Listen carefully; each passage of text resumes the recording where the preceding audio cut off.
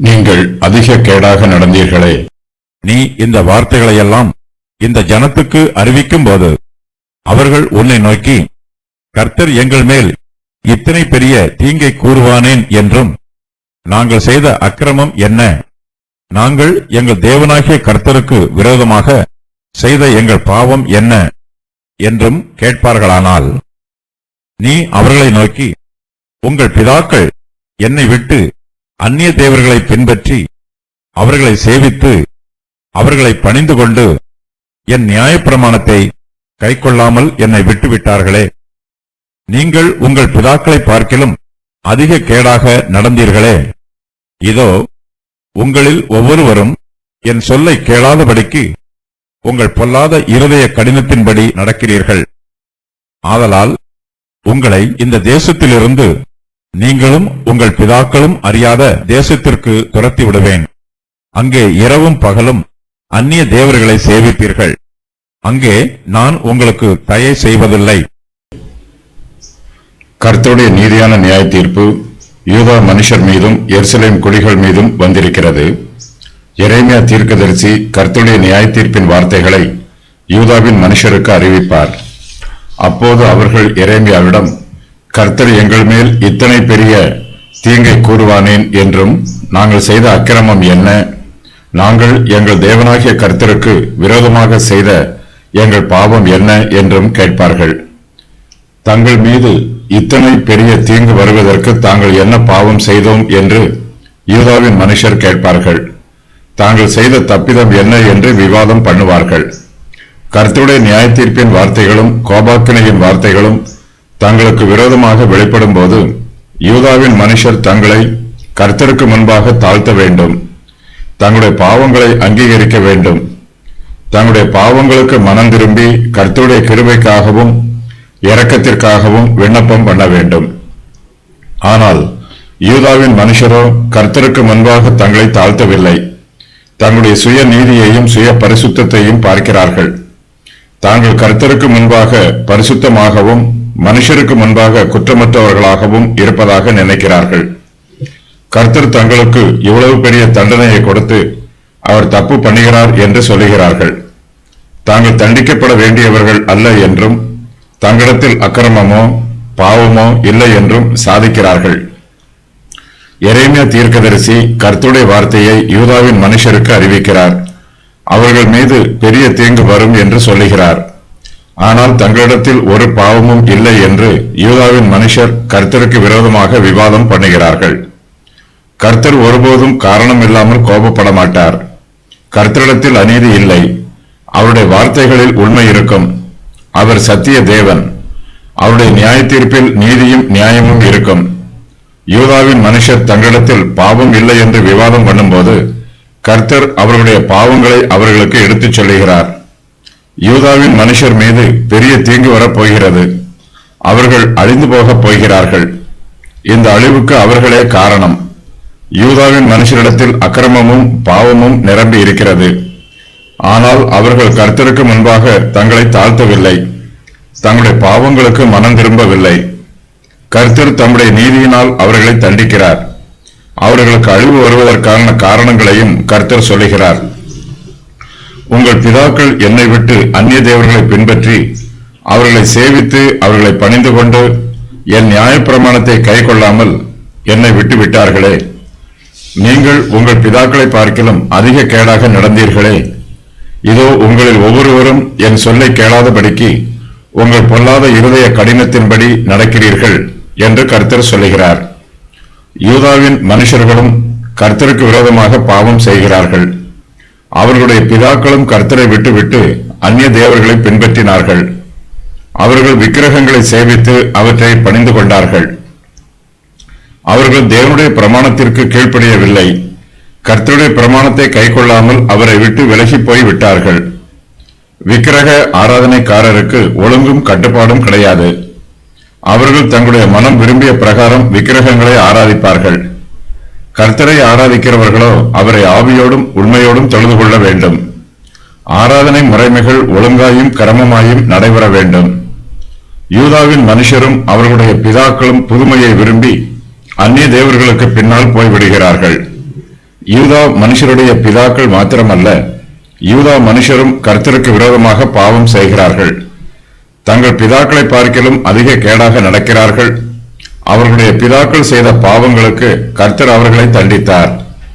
யூதாவின் மனுஷர் பூர்வ காலங்களை நினைத்து பார்க்க வேண்டும். தங்களுடைய பிதாக்களை கர்த்தர் தண்டித்ததற்கான காரணங்களை யோசித்து பார்க்க வேண்டும். அவர்களைப் போல கேடாக நடக்காமல் கர்த்தருடைய அடிச்சுவடுகளை பின்பற்ற வேண்டும். ஆனால் யூதாவின் மனுஷரோ தங்கள் பிதாக்களை பார்க்கிலும் அதிக கேடாக நடக்கிறார்கள். யூதாவின் மனுஷர் தங்கள் பாவங்களுக்கு மனம் திரும்பி இருந்தால் கர்த்தர் தம்முடைய கிருபையையும் இரக்கத்தையும் அவர்களுக்கு காண்பித்திருப்பார். அவர்களுக்கு வரப்போகும் அழிவில் இருந்து அவர்களை தப்புவிக்க செய்திருப்பார். யூதா தேசம் முழுவதையும் மன்னித்திருப்பார். ஆனால் யூதாவின் மனுஷரோ கர்த்தருக்கு விரோதமாய் துணிகரமாய் பாவம் செய்கிறார்கள். அவர்களுடைய பிதாக்களின் கேடுகளை விட அதிக கேடாய் நடக்கிறார்கள். யூதர்களுடைய மனச்சாட்சி அவர்களுடைய பாவம் அவர்களுக்கு கண்டித்து உணர்த்தவில்லை. விக்கிரகங்களை ஆராதிக்கிறவர்கள் உரத்த சத்தத்தோடு ஆர்ப்பரிப்பார்கள். அவர்களுடைய மனச்சாட்சியின் சத்தத்தை கேட்பதற்கு அவர்களுக்கு மனதிருக்காது. அவர்கள் கர்த்தருடைய சொல்லை கேட்கவில்லை. தங்கள் இருதயத்தை கடினப்படுத்துகிறார்கள். அவர்களுடைய இருதயம் பொல்லாததாய் இருக்கிறது. யூதாவின் மனுஷர் தங்கள் பொல்லாத இருதய கடினத்தின்படி நடக்கிறார்கள். யூதா மனுஷருடைய பாவங்களின் நிமித்தமாய் கர்த்தர் அவர்களை தம்முடைய நீதியினால் நியாயம் தீர்க்கிறார். அவர்களுடைய பாவங்களின் நிமித்தமாய் அவர்களுக்கு வரப்போகும் தண்டனையை அறிவிக்கிறார். ஆதலால் உங்களை இந்த தேசத்தில் இருந்து நீங்களும் உங்கள் பிதாக்களும் அறியாத தேசத்திற்கு துரத்தி விடுவேன். அங்கே இரவும் பகலும் அந்நிய தேவர்களை சேவிப்பீர்கள். அங்கே நான் உங்களுக்கு தயை செய்வதில்லை என்று கர்த்தர் யூதா மனுஷருக்கு விரோதமாக தம்முடைய நீதியான தீர்ப்பை அறிவிக்கிறார்.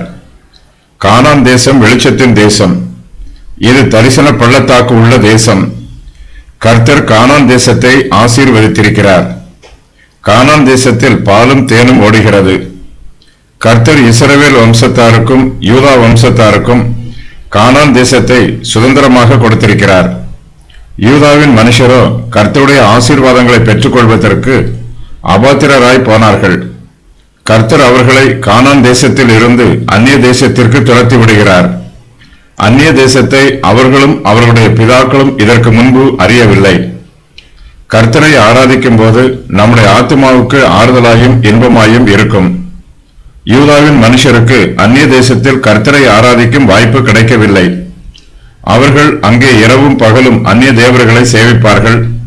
கர்த்தரும் அவர்களுக்கு தயை செய்ய மாட்டார்.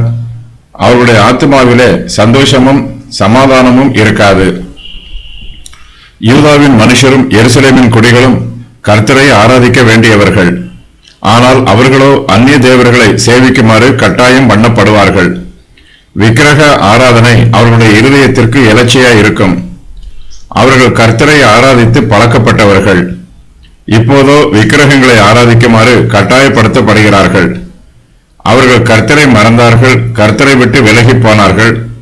கர்த்தரும் அவர்களை விட்டு விலகி போய் விடுகிறார். கர்த்தர் யூதாவின் மனுஷருக்கு தயை செய்ய மறுத்து விடுகிறார். அந்நிய தேசத்தில் யூதாவின் மனுஷருக்கு சந்தோஷமும் சமாதானமும் ஆறுதலும் இருக்காது. ஆளோட்டிகள் யூதா மனுஷரை கடினமாய் வேலை வாங்குவார்கள். அவர்கள் கானான் தேசத்தில் இருந்தபோது கர்த்தருடைய ஓய்வு நாளை அசட்டை பண்ணி அதை பரிசுத்த கொலைச்சல் ஆக்கினார்கள். இப்போது அவர்களுக்கு அந்நிய தேசத்தில் ஓய்வு நாளே இல்லை. அவர்கள் எல்லா நாளிலும் கடினமாய் வேலை செய்ய வேண்டும். கர்த்தருடைய தயவு இல்லை என்றால் வேதனைகளும் உபத்திரவங்களும் பெருகும். யூதாவின் மனுஷரும் எருசலேமின் குடிகளும் தங்களுடைய பாவங்களின் நிமித்தமாகவும் அக்கிரமங்களின் நிமித்தமாகவும் அந்நிய தேசத்தில் பாடுகளையும் வேதனைகளையும் அனுபவிக்கிறார்கள். யூதா தேசத்தார் மீது தம்முடைய நியாய தீர்ப்பை அனுப்புவதற்கு கர்த்தர் மறுபடியும் இங்கு அதற்கான காரணத்தை கூறுகிறார். யூதாவின் பாவங்கள். கர்த்தரை விட்டுவிட்டார்கள். அந்நிய தேவர்களை பின்பற்றினார்கள். அவர்களை சேவித்தார்கள். அவர்களை பணிந்து கொண்டார்கள். கர்த்தருடைய நியாயப்பிரமாணத்தை கைக்கொள்ளவில்லை. தங்கள் பிதாக்களை பார்க்கிலும் அதிக கேடாக நடந்தார்கள். ஒவ்வொருவரும் கர்த்தருடைய சொல்லை கேளாதபடிக்கு தங்கள் பொல்லாத இருதய கடினத்தின்படி நடந்தார்கள். கர்த்தருடைய தேசத்தை தீட்டுப்படுத்தினார்கள். கர்த்தருடைய சுதந்திரத்தை தங்கள் காரியங்களின் நாற்றமான விக்கிரகங்களிலே நிரப்பினார்கள்.